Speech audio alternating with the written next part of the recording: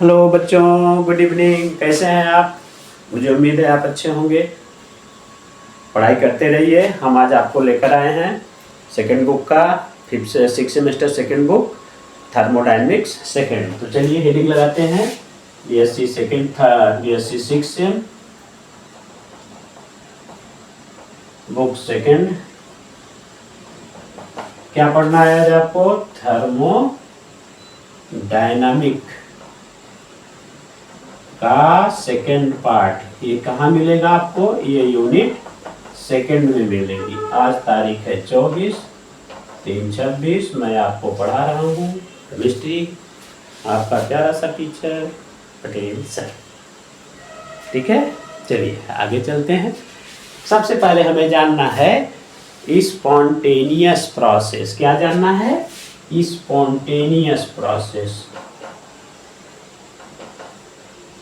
Spontaneous process. Spontaneous का मतलब ही है, स्पॉन्टेनियस का मतलब ही है कि जो लगातार आगे जा रहा हो। स्पॉन्टेनियस मतलब जो लगातार आगे जा रहा हो। इसका मतलब कि ऐसे प्रोसेस जो कभी रिवर्सिबल ना हो। सीधे कैसे हो? इरिवर्सिबल हो। यह तब संभव है जब कोई बाह्य फैक्टर उस पर कार्य करता न हो। कोई भी इंटरवेनिंग फैक्टर किसी भी प्रकार का उस पर अगर कार्य नहीं कर रहा है तो क्रिया हमेशा आगे जाती है, यानी प्रोसेस हमेशा आगे की तरफ जाता है। ठीक, ऐसे प्रोसेस स्पॉन्टेनियस या इरिवर्सिबल प्रोसेस कहे जाते हैं। ठीक है, तो डिफिनीशन लिखते हैं। All the process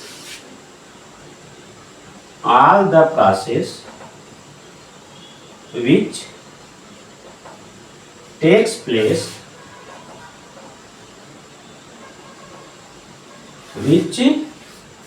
place without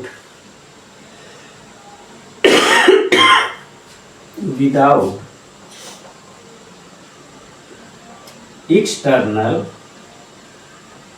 intervening factors of any kind, किसी भी प्रकार का उसमें वाई फैक्टर काम न करता हो, आर कॉल्ड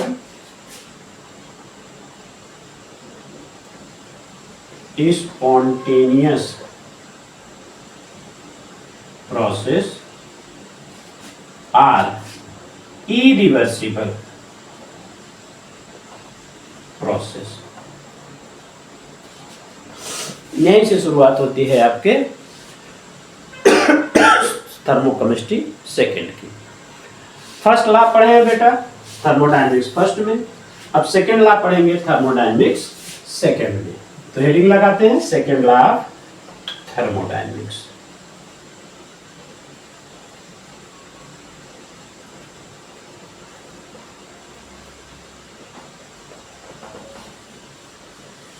सेकेंड लॉ कहता है बेटा कि complete transformation of heat into work is not possible. First law क्या कहता है कि कितनी भी energy D Q amount of energy अगर सिस्टम एब्जॉर्ब करता है और डी डब्ल्यू वर्क डन करता है तो बची हुई हीट सिस्टम की इंटरनल एनर्जी को इंक्रीज कर देता है। सेकेंड लॉ ऐसा नहीं कहता। सेकेंड लॉ कहता है ऐसा संभव नहीं है कि complete transformation of heat into work is not possible. कुछ न कुछ हीट सिस्टम से सराउंडिंग को चली जाती है। दूसरे शब्दों में कहते हैं it is impossible to convert heat completely into work without producing heat elsewhere. Second law का स्टेटमेंट लिखते हैं। पहला स्टेटमेंट क्या कहता है कि कंप्लीट ट्रांसफॉर्मेशन ऑफ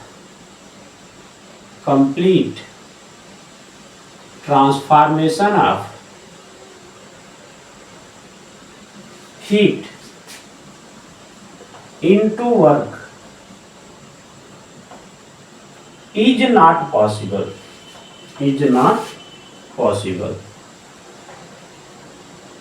दूसरे शब्दों में इसको हम कह सकते हैं कि it is impossible to convert heat into completely to convert heat completely into work, heat completely into work, into work without producing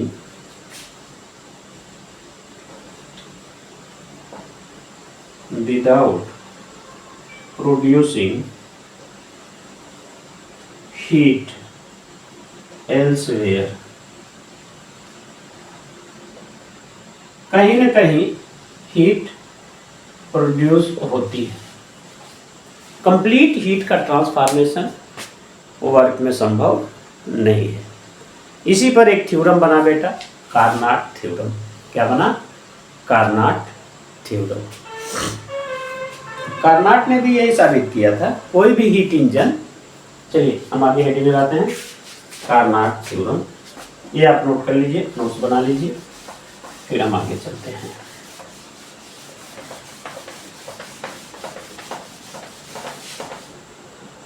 heading लगाते हैं कार्नाट थ्योरम।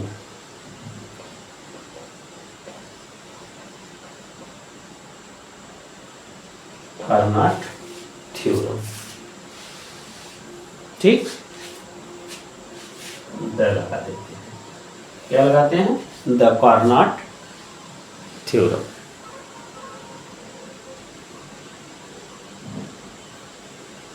कार्नाट क्या कहते हैं कि ऑल हीट इंजन, जितने भी हीट इंजन है, वर्किंग रिवर्सिबली, जो रिवर्सिबली कार्य करते हैं बिटवीन टू टेम्परेचर, दो टेम्परेचर के बीच, सभी हीट इंजन, जितने भी हीट इंजन बनाए जाएं और रिवर्सिबली वो वर्क कर रहे हों और दो टेम्परेचर पर, तो सभी की इफिशियंसी सेम होती है, चाहे वो किसी भी मटेरियल के बनाए जाएं, उनकी इफिशियंसी पर कोई फर्क नहीं पड़ता। तो all heat engine working reversibly between two temperature have same efficiency irrespective nature of the substance made up of any material. ये इनका स्टेटमेंट है कि all heat engine working reversibly between two temperature have the same efficiency irrespective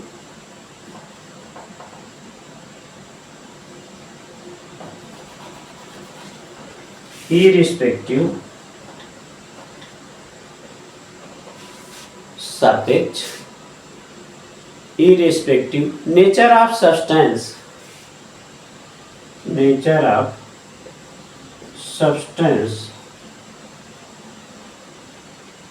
made nature of substance made up of any material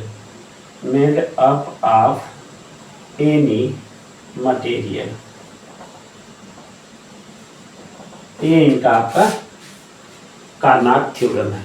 Karnat theorem में एक शब्द आया है efficiency. तो किसी हीट इंजन की इफिशियंसी क्या होती है बेटा? ये एक रेशियो है। ये क्या है? रेशियो है, fraction of absorb heat which is converted into work. तो इफिशियंसी हम पहले जान लेते हैं। क्या जान लेते हैं? इफिशियंसी। इफिशियंसी को रिप्रेजेंट कर जाता है नीटा से। किससे किया जाता है? नीटा से। और ये फ्रैक्शन है एब्जॉर्ब हीट क्यू और जो कन्वर्ट होता है वर्क में। तो कहा जाता है it is fraction of absorbed heat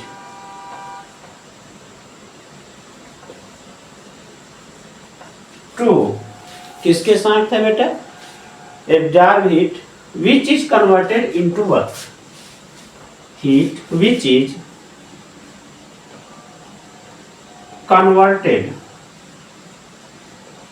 into work, यानी नीटा इक्वल टू होता है W/Q। सिस्टम ने कितनी हीट एब्जॉर्ब की और कितना वर्क किया, ठीक। जो वर्क डन होगा वो इफेक्टिव वर्क डन कंसीडर होता है, ठीक। तो यहां जो क्या है, नीटा क्या है बेटा, इफिशियंसी है ऑफ द सिस्टम या इंजन। W क्या है, इफेक्टिव वर्क डन है, क्या है, इफेक्टिव वर्क डन है। और Q क्या है बेटा, amount of heat, amount of heat absorb by the system, absorb by the system. ये किसी इंजन की जो इफिशियंसी है इस फार्मूले से हम कैलकुलेट कर सकते हैं, ठीक है। अब हम देखते हैं कार्नोट साइकिल। नेक्स्ट टॉपिक क्या है हमारी, कार्नोट साइकिल।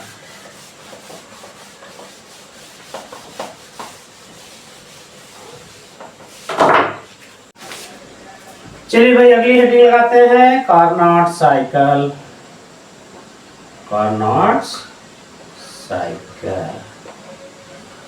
कार्नोट ने अपने थ्योरम का उपयोग करके एक साइकिल बनाई जिसमें उन्होंने ये प्रदर्शित करना चाहा कि वो कौन सा स्टेप है जिसमें वर्क डन मैक्सिमम मिल सकता है। तो उनके पहले डायग्राम को हम समझते हैं। एक एक्सिस पर लिया वॉल्यूम और दूसरे एक्सिस पर लिया प्रेशर। सिस्टम को उन्होंने कंसीडर किया कि यह पॉइंट ए पर है सिस्टम, जिसका प्रेशर P1 और वॉल्यूम V1 है। सिस्टम आइसोथर्मली एक्सपेंड करता है, पहुंचता है पॉइंट बी पर। इस समय सिस्टम का टेम्परेचर T2 होता है।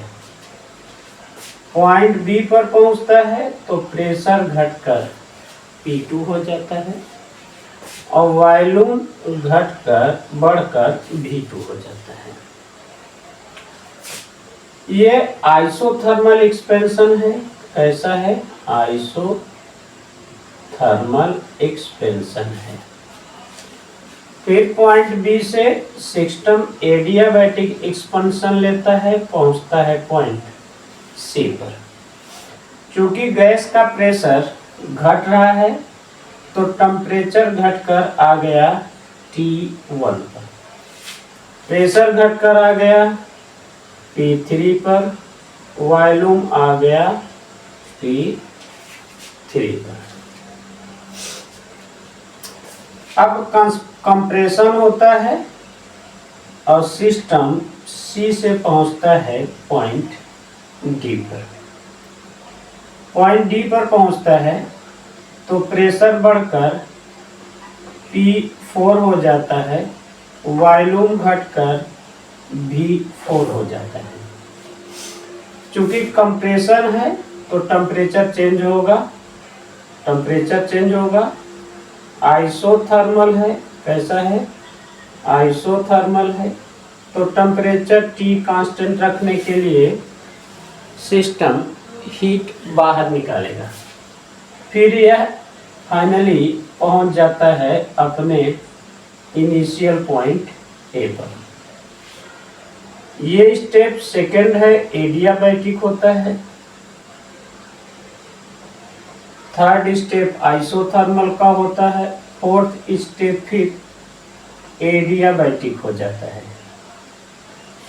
अब आप ध्यान दीजिए, सिस्टम ए से चलकर आता है बी पर, बी से चलकर आता है सी पर, दोनों एक्सपेंशन है।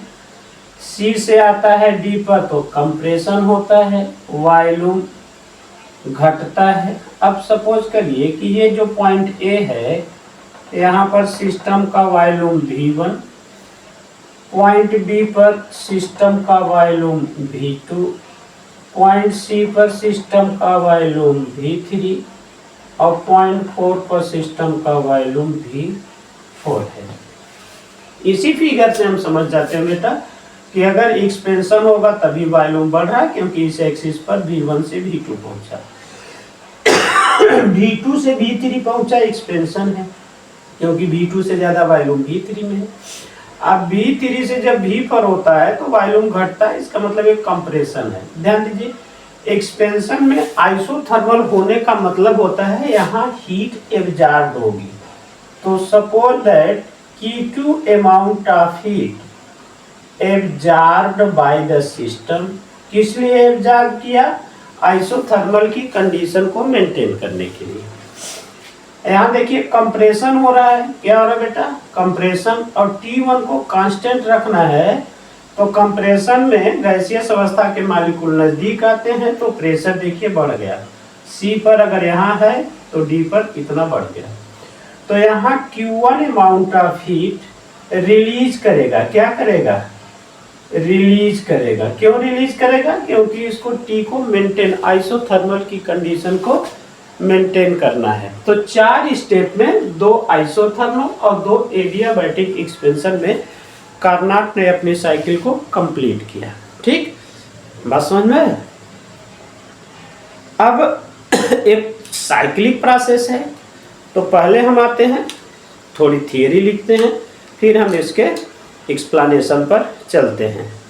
When A system after completing when a system after completing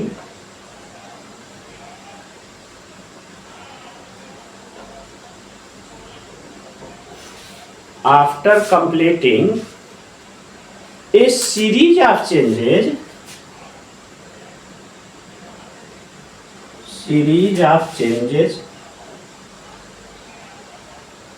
देखिए यही वो कहना चाहते हैं। When a system after completing a series of changes, यानी A से B, B से C, C से D, D से फिर A, और वापस चला है, returns to back its original position, returns to back its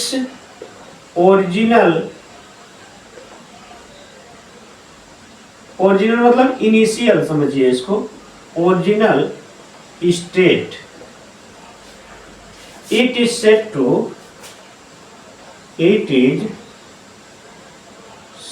to completed a cycle, एक चक्र इसने पूरा किया।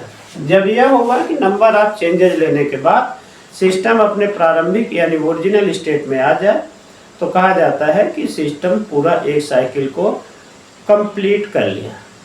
ठीक,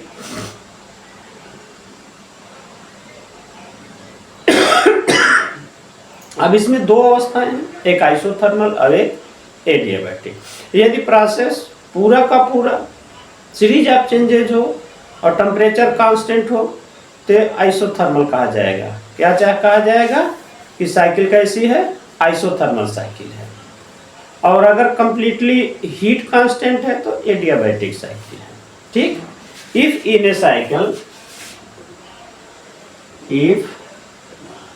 ए cycle the temperature of each step is constant, then the cycle is called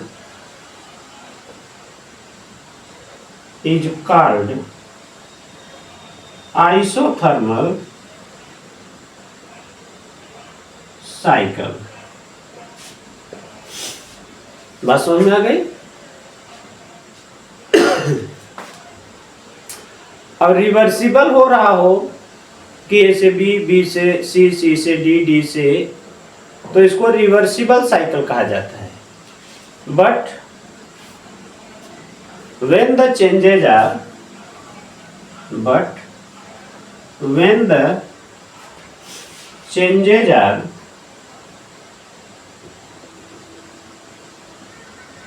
reversible, then the cycle is called reversible cycle.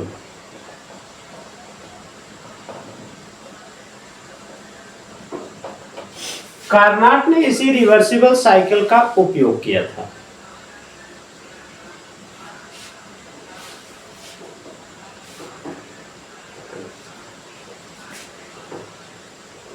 Karnat used reversible cycle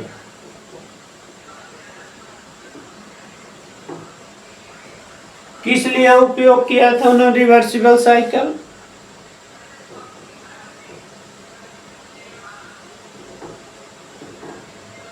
system की efficiency को show करने के लिए किया, to show the maximum conversion of heat, to show the maximum conversion of heat किसमें convert करना है? Into work, into work. ठीक, अब इन्होंने क्या कंसीडर किया है बेटा? टू आइसोथर्मल और टू एडियाबैटिक प्रोसेस को कंसीडर किया है। ठीक ना? Consider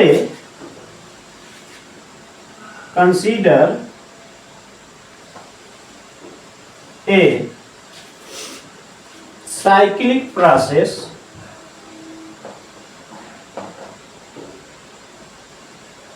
consists of two adiabatic and two isothermal process, isothermal process। जैसा कि फिगर में आपको दिखाई दे रहा है, as shown in figure, as shown in figure. इतनी आपको हिस्ट्री थोड़ी सी लिखनी पड़ेगी। फिर 4 स्टेप में ए से बी तक एक बार डेरिवेट होगा, बी से सी तक एक बार, सी से डी तक एक बार, डी से ए एक बार, यानी 4 स्टेप में ये साइकिल पूरा होने वाला है। ठीक है, तो अब इस थियरी को आप लोग कंसीडर करिए, नोट करिए। मैं आपको ले चल रहा हूं डेरिवेशन पर। वीडियो को रोकिए, नोट्स बनाइए, मैं इसको तब तक डिलीट करता हूं। ठीक है, इस फिगर की आवश्यकता पड़ेगी, इसलिए फिगर को भी हम यानी डायग्राम को रहने देते हैं। ठीक है, अब हम चलते हैं पहले स्टेप में। स्टेप फर्स्ट है आइसोथर्मल एक्सपेंशन। तो स्टेप फर्स्ट जो मेरा है उसमें हेडिंग पड़ेगी आइसोथर्मल एक्सपेंशन। आइसोथर्म मीन्स एक समान, ऐसा प्रोसेस जिसमें टेम्परेचर कांस्टेंट होता है पूरे प्रोसेस के दौरान, कहा जाता है आइसोथर्मल प्रोसेस। ठीक, अब गैस को अलाउ किया है एक्सपैंड होने के लिए, इसीलिए V1 जो प्रारंभिक वॉल्यूम था V2 देखिए वॉल्यूम बढ़ गया। बढ़ने का मतलब होता है एक्सपेंशन हो रहा है। वॉल्यूम बढ़ेगा तो गैस का प्रेशर घटेगा, तो टेम्परेचर क्या होगा बेटा? डाउन होगा। टेम्परेचर क्या होगा? डाउन होगा। क्योंकि प्रोसेस आइसोथर्मल है, टेम्परेचर घटेगा तो हमें हीट सिस्टम को देनी पड़ेगी। तो suppose that Q2 amount of heat absorb by the system. Absorb क्यों किया? कि आइसोथर्मल की कंडीशन मेंटेन रहे, टेम्परेचर जब फॉल करेगा तो टेम्परेचर न गिरे, इसके लिए हमें सिस्टम को हीट देनी पड़ेगी। इन फर्स्ट स्टेप लिखते हैं, in first step gas is allowed to expand isothermally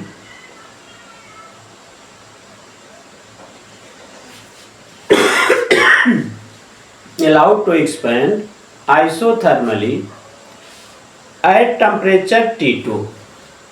At temperature T2. The pressure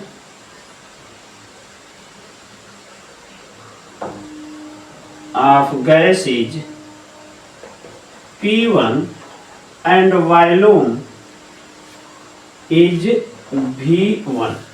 gas का जो वॉल्यूम प्रारंभिक है V1 है और प्रेशर P1 है। एक्सपैंड करेगा तो दोनों चीज बदलने वाली हैं, ठीक। आफ्टर expansion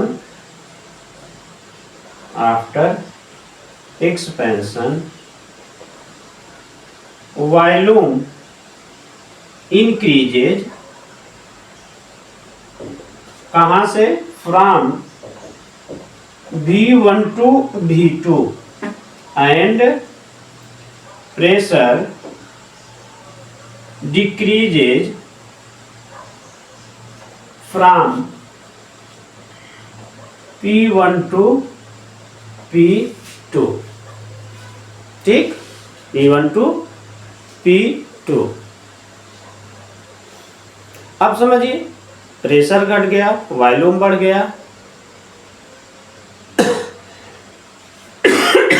इसका मतलब टेम्परेचर हमें कांस्टेंट करना है। In this expansion Q2 is the amount of heat absorbed by the system. Absorbed by the system, ठीक। अब चूंकि सिस्टम एक्सपेंशन है, ठीक,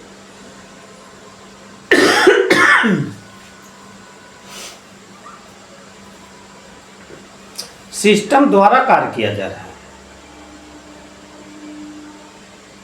the work done by the system on किस पर? सराउंडिंग, वो निकालना है हमको। The work done by the system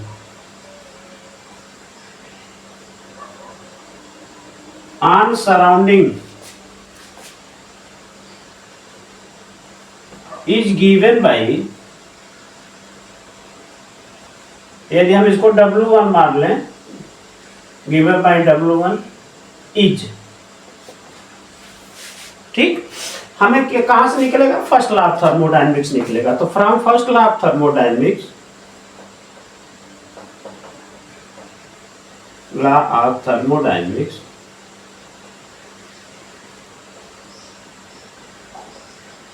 thermodynamics का पहला नियम कहता है बेटा D is equal to DQ minus DW, ठीक। अब ध्यान दीजिए कि चूंकि डेल्टा T जीरो है, तो उस समय DE क्या हो जाएगा? जीरो हो जाएगा। कोई भी इंटरनल एनर्जी में चेंज नहीं होगा, ठीक। तो यह हो जाएगा जीरो, तो यह हो जाएगा DQ माइनस DW। इसका मतलब हम कह सकते हैं कि जो DW है वो DQ के बराबर है, यानी DW इक्वल टू DQ। यही वो अवस्था है, ध्यान दीजिएगा कि DQ इक्वल टू DW। जितनी हीट सिस्टम एब्जॉर्ब करेगा उतना वर्क करेगा, ठीक। अब गैसियस अवस्था में वर्क डन हम जानते हैं बेटा PdV होता है। क्या होता है? PdV होता है। और आइडियल गैस इक्वेशन से PV इक्वल टू RT होता है। तो P इक्वल टू हो जाएगा RT बाई V, यह हो जाएगा RT बाई VdV,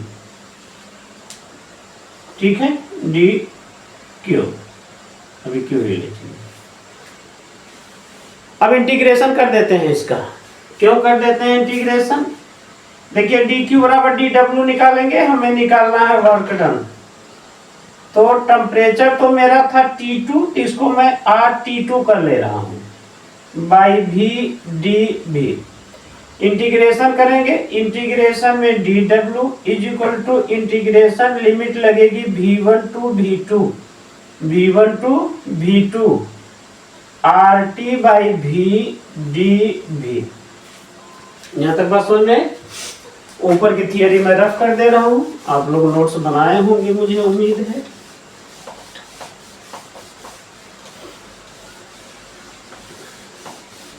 यहां तक मेरा काम हो चुका है, आप लोग रोक के बना लीजिए। यानी integration of D W equal to integration V1 to V2 RT2 by V D V. चलिए भाई इंटीग्रेशन करते। देखिए अब आर और टी तो कांस्टेंट है, आइसोथर्मल है तो टी कांस्टेंट होगा, इसके बाहर हो जाएगा तो RT2 तो हो जाएगा बाहर, बचेगा V1 to V1 by V D V. अब इधर इंटीग्रेशन डी डब्ल्यू, देखिए इंटीग्रेशन और डिफरेंशियल दोनों एक साथ है, आपस में कैंसिल होंगे, इधर डब्ल्यू बचेगा, उसको हमने W1 मान रखा है। और इधर हो जाएगा RT ln V2 minus ln V1। तो T की जगह हमेशा T2 लिखेंगे, RT ln V2 by V1। ध्यान दीजिए लागे हम माइनस एल वाला फार्मूला लगेगा, आप लोग अब 6 सेमेस्टर में इतना आपको पता है। तो ये बन गया बेटा आपका पहला जो वर्क डन मिला, यही साथ में मैं लिख लेता हूँ। पहला इक्वेशन मिला W1 equal to RT2 ln V2 by V1।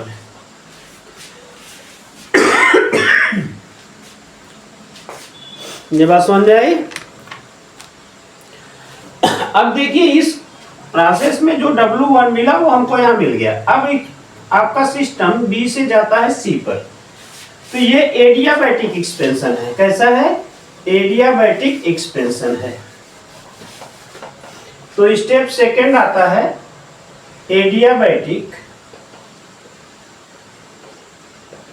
Adiabatic का मतलब होता है बेटा कि dq इक्वल टू 0, कोई भी अमाउंट ऑफ हीट यानी कोई भी हीट न तो सिस्टम में प्रवेश करती है न सिस्टम से बाहर जाती है। एक्सपेंशन है तो टेम्परेचर फॉल करेगा, क्योंकि एक्सपेंशन है तो टेम्परेचर घटेगा, वॉल्यूम बढ़ेगा। तो टेम्परेचर T2 से घटकर आ जाता है T1 पर, और वॉल्यूम V2 से घटकर आ जाता है V3 पर। और प्रेशर भी ध्यान देखिए बेटा, प्रेशर की एक्सिस है तो प्रेशर भी घटकर P2 से आ जाता है P3 पर। ठीक है। इन सेकेंड स्टेप थोड़ा सा वो कहानी लिखनी पड़ेगी इसकी। इन सेकेंड स्टेप, दूसरे स्टेप में क्या होता है बेटा? It is allowed to expand reversibly and adiabatically. It is allowed to expand reversibly and adiabatically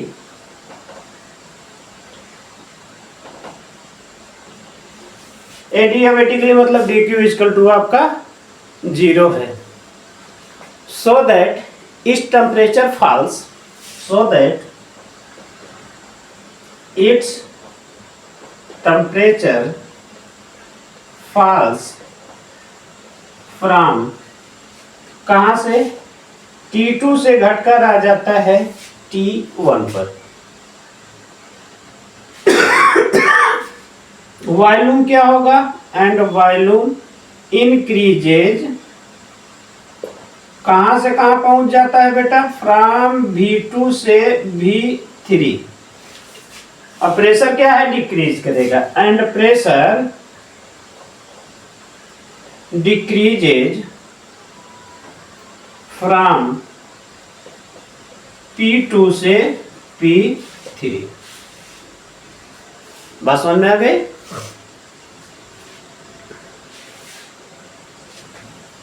अभी भी ध्यान दीजिए, work done by the system है। कैसा है? Work done by the system है।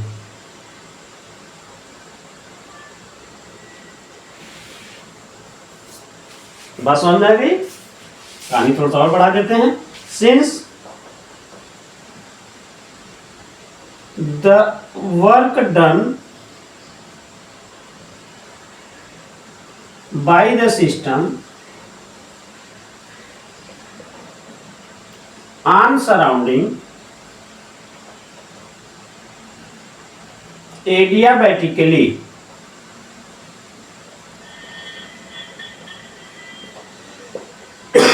फिर लगाएंगे first law of thermodynamics. From first law of thermodynamics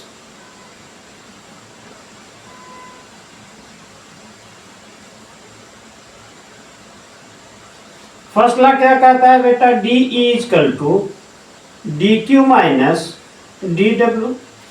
चूंकि प्रोसेस एडियाबैटिक है तो डी क्यू जीरो हो जाएगा, तो आपका डी ई इजकल टू हो जाएगा माइनस ऑफ डी डब्ल्यू। क्यों ऐसा हो जाएगा? क्योंकि D Q is equal to zero है किसके लिए? एडियाबैटिक के लिए। यहां तक बात समझ में आई? डी क्यू हो जाएगा जीरो। ठीक, अगर वर्क डन W2 माना जाए, क्या माना जाए? W2, तो W2 यानी DE बराबर हो जाएगा W2 इज इक्वल टू हो जाएगा minus of DE, minus of DE। बस समझ में आई? अगर वर्क डन W मान लूं तो ये माइनस यहां चला जाएगा, तो W इक्वल टू हो जाएगा DE। ठीक, इसको थोड़ा सा ऊपर का मिटाते हैं, आप लोग नोट्स बना लीजिए, इसकी जरूरत मुझे नहीं है, इसको मिटाता हूं। अब देखिए डीई है क्या? सीवी की डिफिनीशन है del E by del T at constant भी। ठीक, देखिए ध्यान से कि सीवी जो होता है del E by del T at constant भी होता है। इसको यहां भेज दीजिए तो यह हो जाएगा C V D T equal to del E. ठीक, और डी ई का अगर मैं कर दूं तो हो जाएगा C V T final minus initial T1 minus T2 हो जाएगा। ध्यान समझिए, मैं DE निकाल रहा हूं कब? कांस्टेंट वैल्यू पर, तो ये निकल जाएगा DE बराबर CV DT T1 minus T2। तो W2 हो जाएगा, ये अपना कहीं लिख लीजिएगा, W2 हो जाएगा मेरा, माइनस तो ऑलरेडी पहले से है, ये हो जाएगा CV T1 minus T2 final minus initial, minus का गुणा कर दीजिए CV T2 माइनस T1, ये हो गया आपका W2। क्या हो गया? W2 निकल आया। कि दूसरे प्रोसेस में जो वर्क डन होगा वो W2 है, आपका है CV T2 minus T1। Equation number 2 यहाँ लिख लेता हूँ।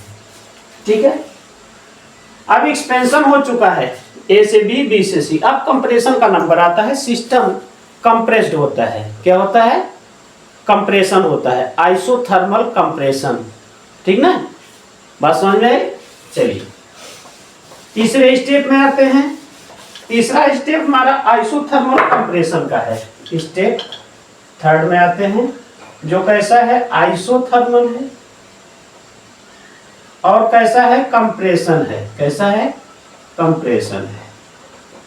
अब ध्यान दीजिए, गैसों को कंप्रेस किया जाएगा तो वॉल्यूम घटेगा, और गैसें कंप्रेस होंगी तो उनके मॉलिक्यूल्स नजदीक नजदीक आएंगे, नंबर ऑफ कोलाइजन्स बढ़ेगा तो प्रेशर बढ़ना शुरू होगा। ध्यान देखिए, प्रेशर C पर अगर इतना हम कंसीडर कर रहे हैं तो D पर इतना हो जाता है, यानी प्रेशर इंक्रीज कर रहा है। वॉल्यूम ध्यान दीजिए, C पर था हमारा V3, अब हमारा है V4। देखिए घट गया। क्या हो गया? घट गया। अब टेम्परेचर की क्या कंडीशन होगी? कंप्रेशन होगा तो मॉलिक्यूल्स नजदीक नजदीक होंगे, ज्यादा नंबर ऑफ कोलाइजन होगा, प्रेशर बढ़ेगा, टेम्परेचर बढ़ेगा। सिस्टम को आइसोथर्मल रखना है तो सिस्टम से हीट जितना बढ़े उतना निकालते जाएंगे, तो सिस्टम मेरा आइसोथर्मल रहेगा। कैसा रहेगा? आइसोथर्मल रहेगा। बात समझ में आ गई? चलिए थोड़ी सी कहानी लिखते हैं। In step third step third, the gas is compressed isothermally and reversibly, isothermally and reversibly from C to D, from C to D, C से कहाँ पहुँच गया? D पर। The volume decreases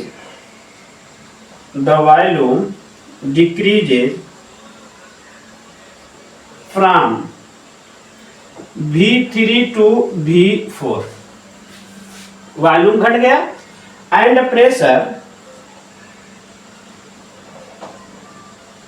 increases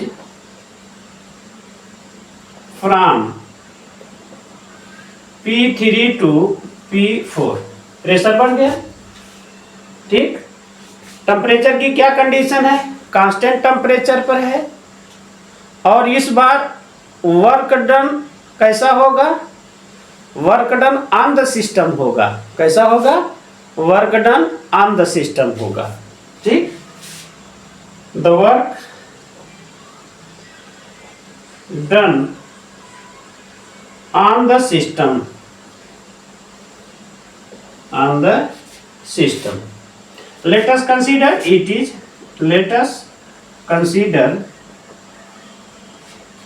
W3. It is W3.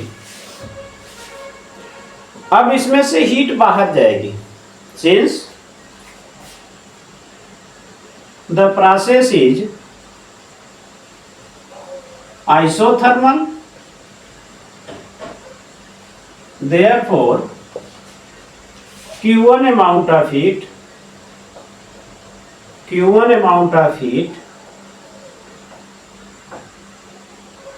released by the system अपना temperature maintain करने के लिए Q1 amount of heat surrounding को दे देता है। ठीक, अब यहाँ DE 0 है और Q1 W3 के बराबर होगा, Q1 W3 के बराबर होगा। तो आइए from first law of thermodynamics derivation में चलते हैं। From first law of thermodynamics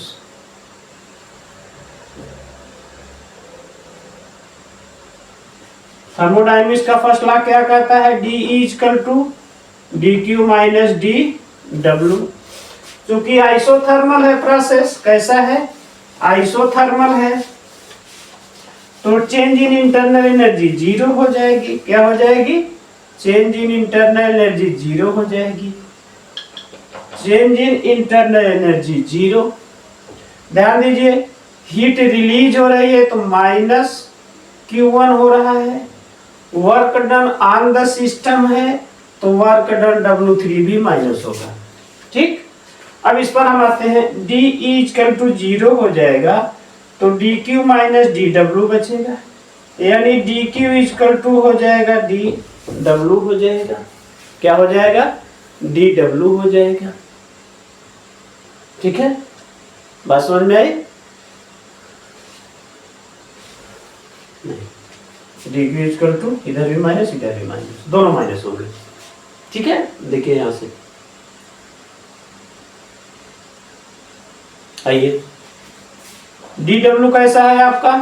work done, P delta भी है, माइनस साइन तो है लेकिन वर्क डन कभी निगेटिव नहीं होता। Work done on the system है, यहां लिखना पड़ेगा, ये DW होगा। क्यों कि DW पॉजिटिव क्यों है?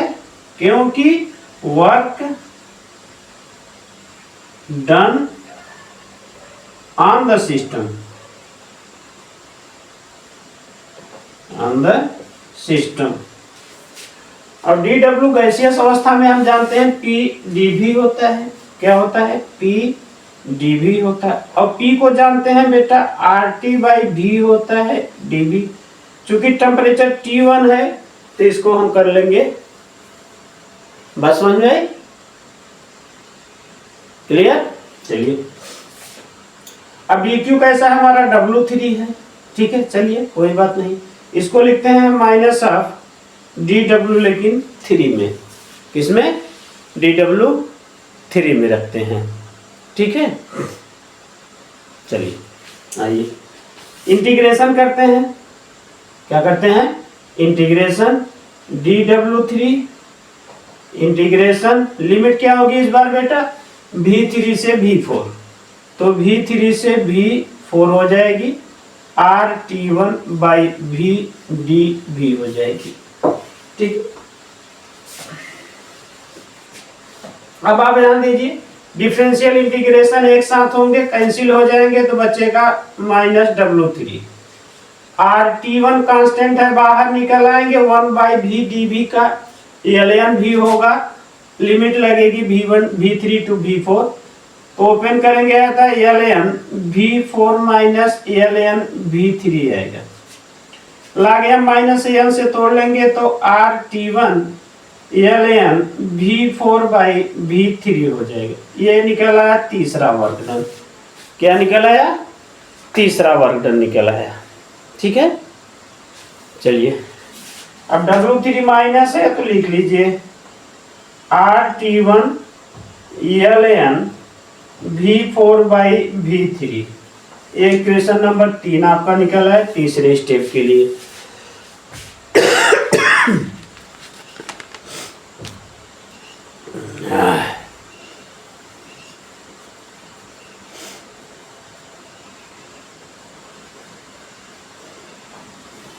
चलिए आगे चलते हैं और स्टेप 4 लेते हैं। अब एडियाबैटिक कंप्रेशन है, स्टेप 4 में कैसा है बेटा? एडियाबैटिक कंप्रेशन है। स्टेप आ गया आपका 4, एडियाबैटिक कंप्रेशन। एडियाबैटिक कंप्रेशन में ध्यान से देखिए, P4 से प्रेशर चला आता है P1 में, यानी सिस्टम रिस्टोर हो गया, इनिशियल स्टेट पर आ गया, एक साइकिल इसकी पूरी हो गई।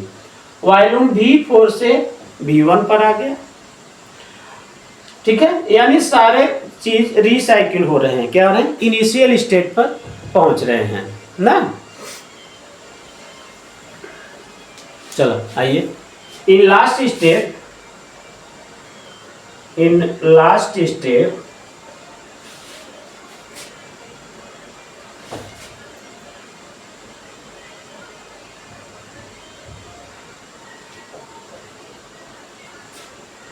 the gas is compressed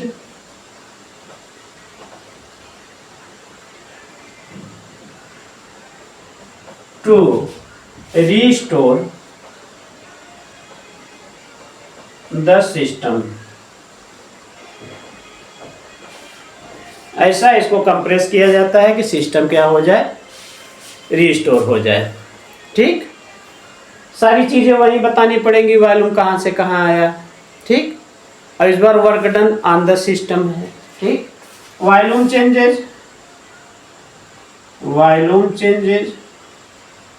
from V4 से V1, प्रेशर फ्रॉम P4 से P1 and temperature from T1 से T2।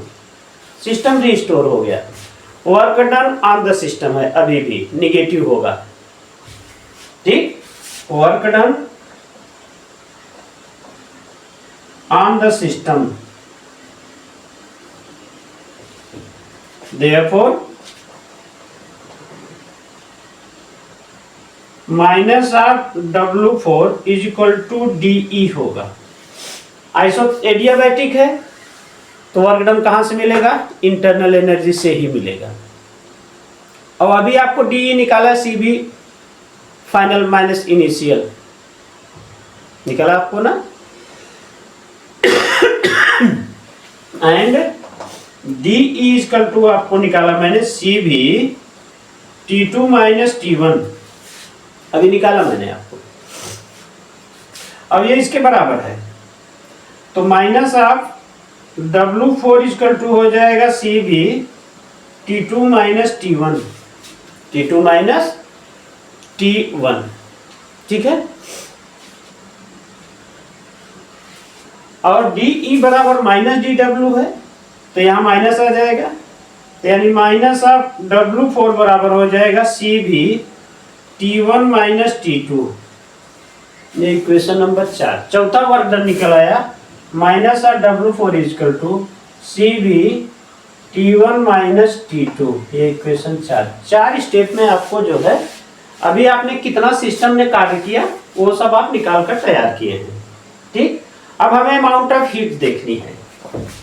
अब ये 3-4 स्टेप में ये जो सिस्टम वर्क करेगा, 2 स्टेप में work done on the system है और 2 स्टेप में work done by the system है, ठीक। The net amount of heat absorbed by the system, ठीक।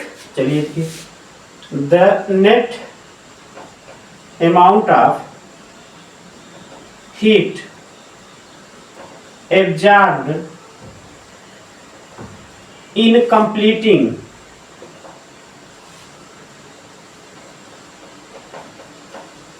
one cycle is, अगर इसको कैपिटल क्यू मांगे तो ध्यान दीजिए यहां एब्जॉर्ब करता है, Q2 amount of heat absorb करता है पहले स्टेप में, और तीसरे स्टेप में Q1 amount of heat release कर देता है। तो जितना बचेगा उतना ही सिस्टम में खर्च होगा।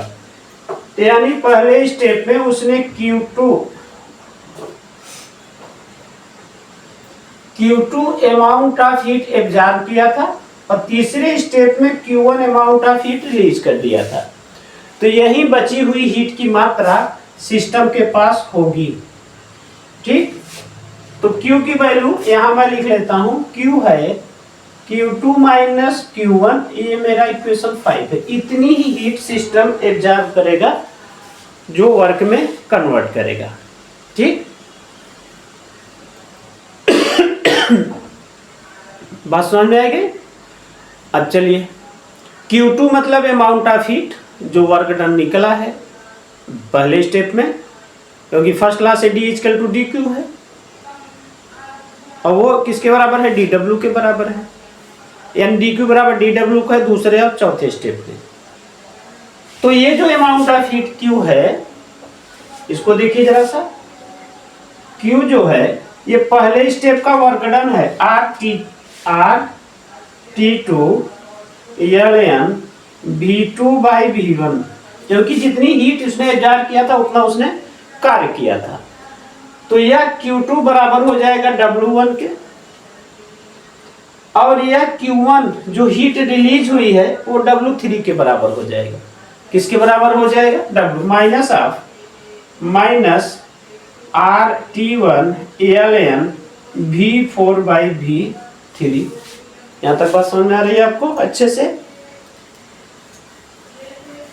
आइए RT2 ln V2 by V1, ये माइनस माइनस प्लस हो जाएगा RT1 ln V4 by V3। बस समझ में आ रही है। अब देखिए अगर मैं साइकिल बनाना चाहूं तो 1 2 3 4 उल्टा हो रहा है। अगर ऐसा होता कि 1 2 3 4 होता तो साइकिल हमारी सीधी हो जाती। तो उसके लिए हम क्या करेंगे, RT2 ln V2 by V1, इसको मैं माइनस कर रहा हूं क्योंकि इसको नीचे का ऊपर ले जा रहा हूं। तो RT1 ln V3 by V4 कर रहा हूं। ये log m माइनस n से हुआ है, अब मैं माइनस साइन कर गुणा कर दूंगा तो log m माइनस n वाला उलट जाएगा। तो RT1 ln V3 by V4, यानी ध्यान देखिए 1 2 3 4 एक साइकिल मैं बना रहा हूं। क्या बना रहा हूं, एक साइकिल में बना रहा हूं। बस समझ में आई। हाँ, अब यहां से हमें V1 और V2 V3 V4 में एक रिलेशन मिलने वाला है। ठीक है। एडियाबैटिक में T2/T1 होता है V3/V2 whole power 1 minus gamma, और T1/T2 होता है V1/V4 1 माइनस गामा। अब आप ध्यान दीजिए, एक रिलेशन है कि T2/T1 एडियाबैटिक कंडीशन के लिए कि V3/V2 whole power 1 minus gamma, and T1/T2 जो होता है वो होता है V1/V4 होता है V4/V1 whole power 1 minus gamma. इससे क्या साबित होगा, अगर मैं उल्टा कर दूं तो 4 3 3 2 और 1 4 आ जाएगा, और दोनों को उल्टा कर दूं तो V3/V2 इक्वल टू हो जाएगा V1/V4। क्या हो जाएगा, V1/V4। यानी हम कह सकते हैं कि V3/V4 और V3/V4 is equal to convert हो जाएगा V2/V1 में। इसमें कन्वर्ट हो जाएगा V2/V1 में। सो हम आसानी से लिख सकते हैं कि V3/V2 is equal to V4/V1 और V2/V1 is equal to V3/V4। ठीक है, साफ साफ लिख दे रहा हूं। सो इसलिए हम लिख सकते हैं कि V3/V2 is equal to V4/V1। इसको यहां भेजिए, इसको यहां भेजिए, तो V4/V3 इक्वल टू हो जाएगा, V4 यहां आ जाएगा, ये आ जाएगा V2/V1।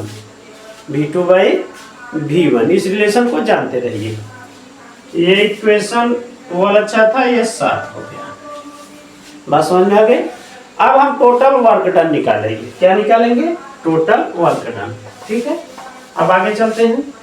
द टोटल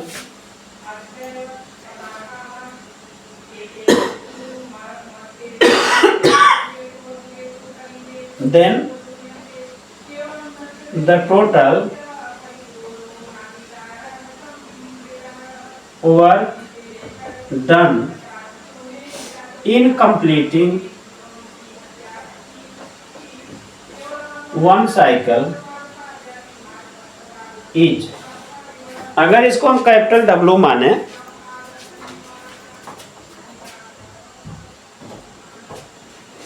अगर इसको हम कैपिटल W मांगे तो सबको जोड़ना पड़ेगा।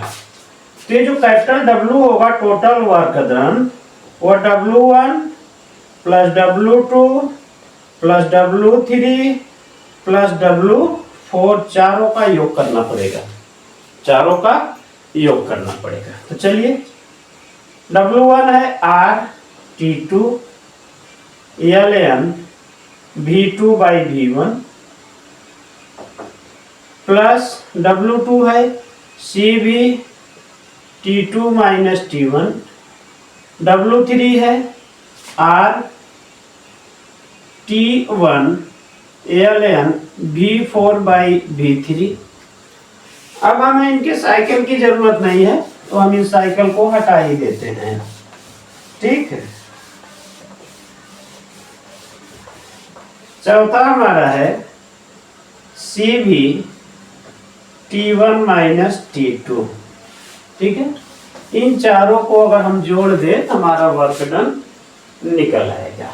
क्या निकल आएगा, वर्क डन निकल आएगा। ठीक है, चलिए भाई आइए, RT2 ln V2/V1 plus CV T2 minus T1 plus RT1 L N V4/V3 minus, देखिए मैं इसको कन्वर्ट कर रहा हूँ, CB T2 माइनस T1 कर रहा हूँ, तो माइनस साइन से गुणा कर दूं, कन्वर्ट हो जाएगा। ठीक, क्यों कर रहा हूँ ऐसा कि ये देखिए कैंसिल होने वाले हैं। आपको दो ही स्टेप का वर्क डन मिलने वाला है, RT2 LN V2/V1 plus RT1 LN V4/V3, ये वर्क डन आपको मिलने वाला है। ठीक है, क्या मिलने वाला है? Work done. चलिए आगे चलते हैं।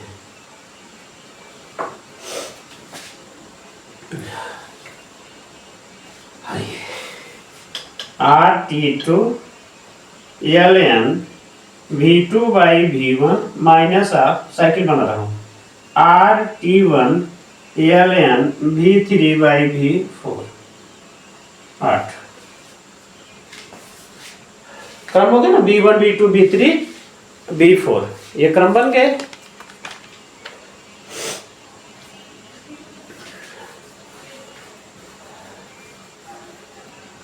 हो गया। चलिए अभी मैंने आपको इक्वेशन दिखाया था, इसमें V2/V1 इक्वल टू V3/V4 था, अभी जो आपने पीछे जस्ट देखा था। तो हम इसको लिख सकते हैं कि W equal to RT2 LN V2/V1 minus of RT1 LN V2/V1। इन दोनों में से कॉमन देखिए RLN V2/V1 है। ठीक, तो R इधर से कॉमन लूं तो T2 माइनस T1 बचेगा, इधर बचेगा LN V2/V1। ये बात समझ में आ रही है?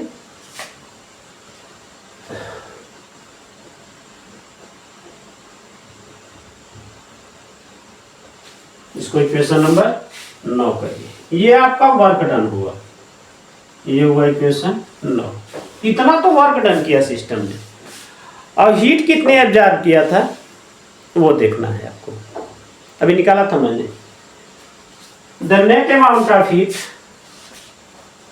The net amount of heat absorb by the system, absorbed by the system is, जो क्यू निकाला था मैंने, आपको पीछे है क्यू, देख लीजिएगा। क्यू आपका है R T2 minus T1 LN V2/V1। ध्यान से देखिएगा, क्यू की वैल्यू निकाला था मैंने R T2 minus T1 LN V2/V1। अब दोनों देखा जाए ध्यान से, तो सिर्फ इसी स्टेप का कार्य हमको मिलता है जिस स्टेप में हीट एब्जॉर्ब या इवॉल्व हुई थी। दोनों आपस में कैसे हैं, यानी जितनी हीट इसने एब्जॉर्ब किया उतना वर्क डन किया, लेकिन ये किस स्टेप का है? पहले और तीसरे स्टेप का है, सिर्फ पहले और तीसरे स्टेप का है।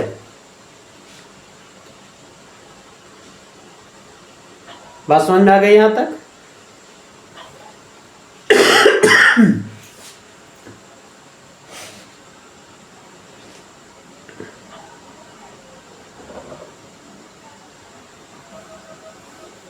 बस समझ आई? देखिए, from equation 9 and 10, from equation 9 and 10 it is clear that,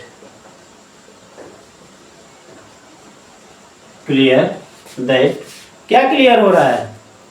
the essential condition for a cyclic process is fully satisfied. The essential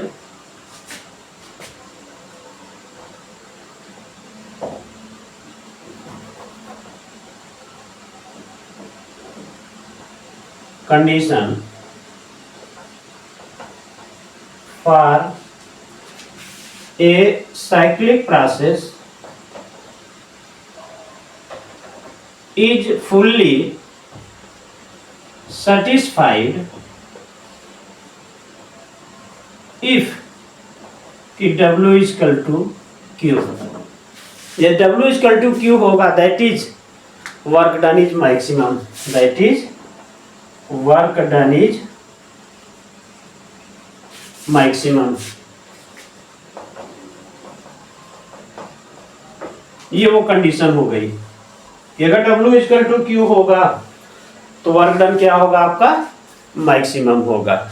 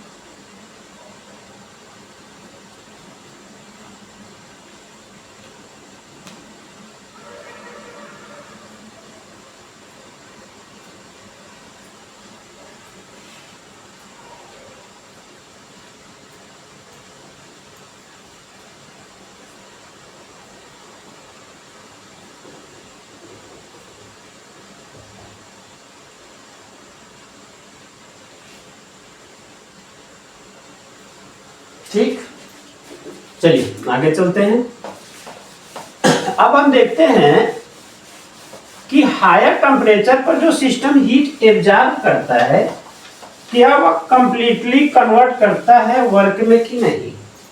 ठीक है, तो आइए द रिलेशन निकालते हैं। The relation between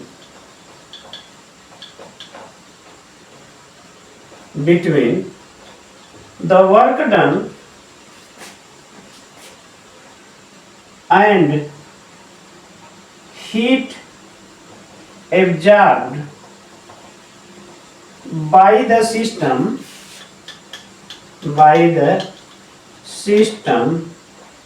at higher temperature T2 is given as। अब देखिए जो उस समय वर्क किया था सिस्टम ने तो था R T2 minus T1 ln V2 by V1। ठीक, और उसमें जो हीट एब्जॉर्ब किया था एंड Q किस स्टेप में, AB वाले स्टेप में RT2 ln V2 by V1 था। सिस्टम ने हायर वाले टेम्परेचर पर इतना काम किया था और उस समय QAB जो एब्जॉर्ब हुई थी वो आया था RT2 ln V2 by V1। ठीक है, अब हम रिलेशन निकाल लेते हैं 11-12 में, क्योंकि इफिशियंसी नीटा जो है W बाई Q है। तो from equation 11 and 12 we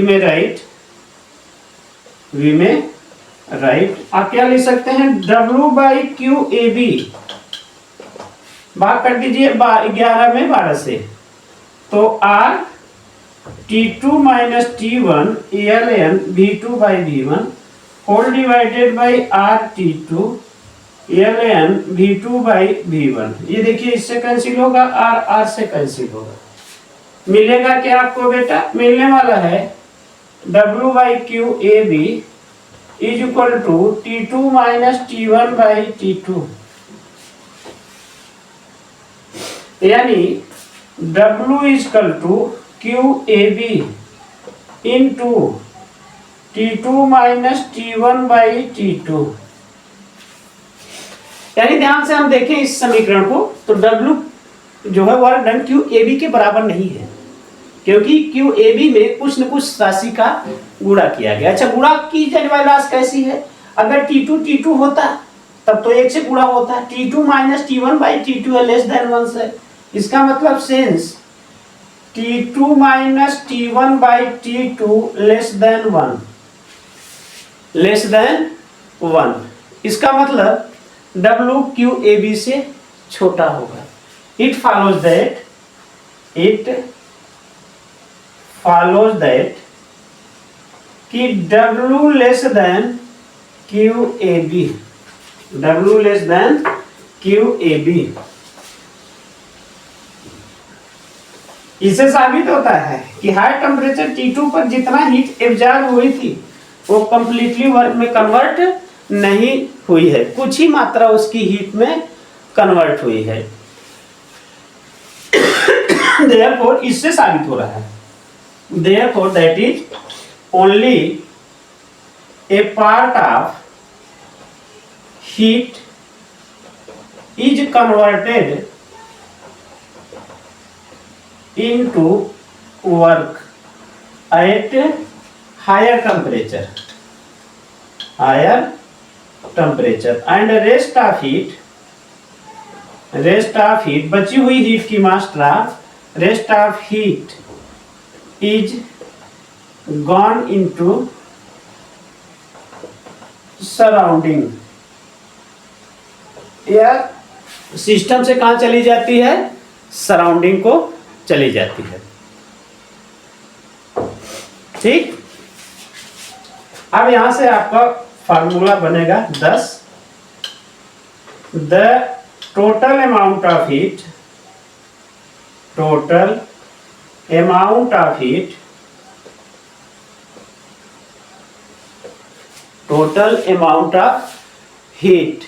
absorbed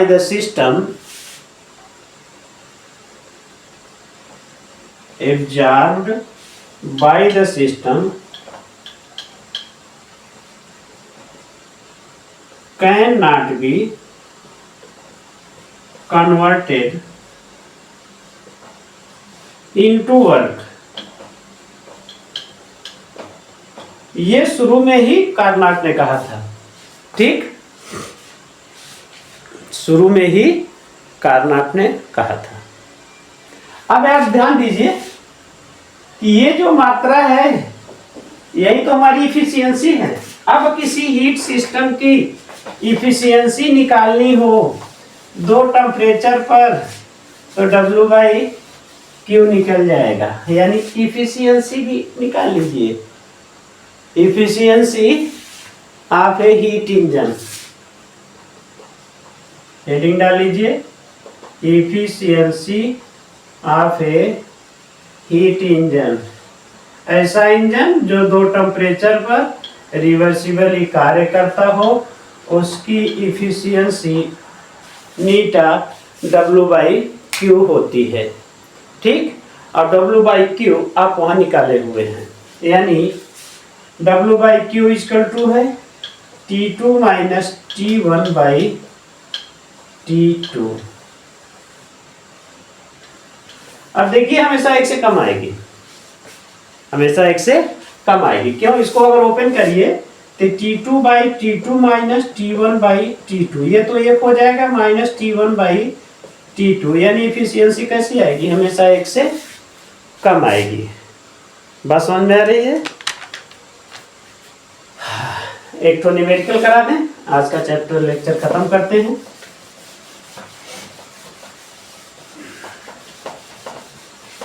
एक क्वेश्चन करा दें, आज का लेक्चर खत्म करते हैं। Calculate the efficiency maximum efficiency of steam engine operating between 110 और 25 degree Celsius. Calculate the maximum efficiency of a steam engine working between 110 degree Celsius and 25 degree Celsius. दो टेम्परेचर दे दिया, उससे पूछ रहा है कि इफिशियंसी निकालिए। ठीक है, तो सॉल्यूशन है ये इसका, वी नो दैट efficiency नीटा is equal to W/Q is equal to T2 minus T1/T2। Given है आपको जो वो लिखिए, गिवन हायर टेम्परेचर T2 है 110 डिग्री सेल्सियस। 110 डिग्री में अगर हम 273 जोड़ देंगे तो ये केल्विन में हो जाएगा, और कैलकुलेशन में हमेशा केल्विन उपयोग होता है। लोअर टेम्परेचर T1 होता है 25 डिग्री सेल्सियस है, 25 में 273 जोड़ देंगे तो बदल जाएगा केल्विन में, ये हो जाएगा 298 केल्विन। ठीक, अब ये हो जाएगा नीटा इक्वल टू T2 383 माइनस 298 बटे 383। ठीक है, निकल गया, ये 85 बटे 383 आएगा, यानी नीटा इक्वल टू ये हो जाएगा 85 बटे 383 भाग दे दीजिएगा, भाग देकर आप देखेंगे 0.222 आएगा, 0.222। इफिशियंसी हमेशा परसेंटेज में लिखी जाती है, 100 का गुणा कर देंगे तो 22.2% इसकी इफिशियंसी आएगी। ठीक है, नेक्स्ट डे पढ़ेंगे concept of entropy. Thank you for watching this video. अपने मस्त रहिए, पढ़ते रहिए, लिखते रहिए, परीक्षाएं नज़दीक हैं, मस्त रहिए।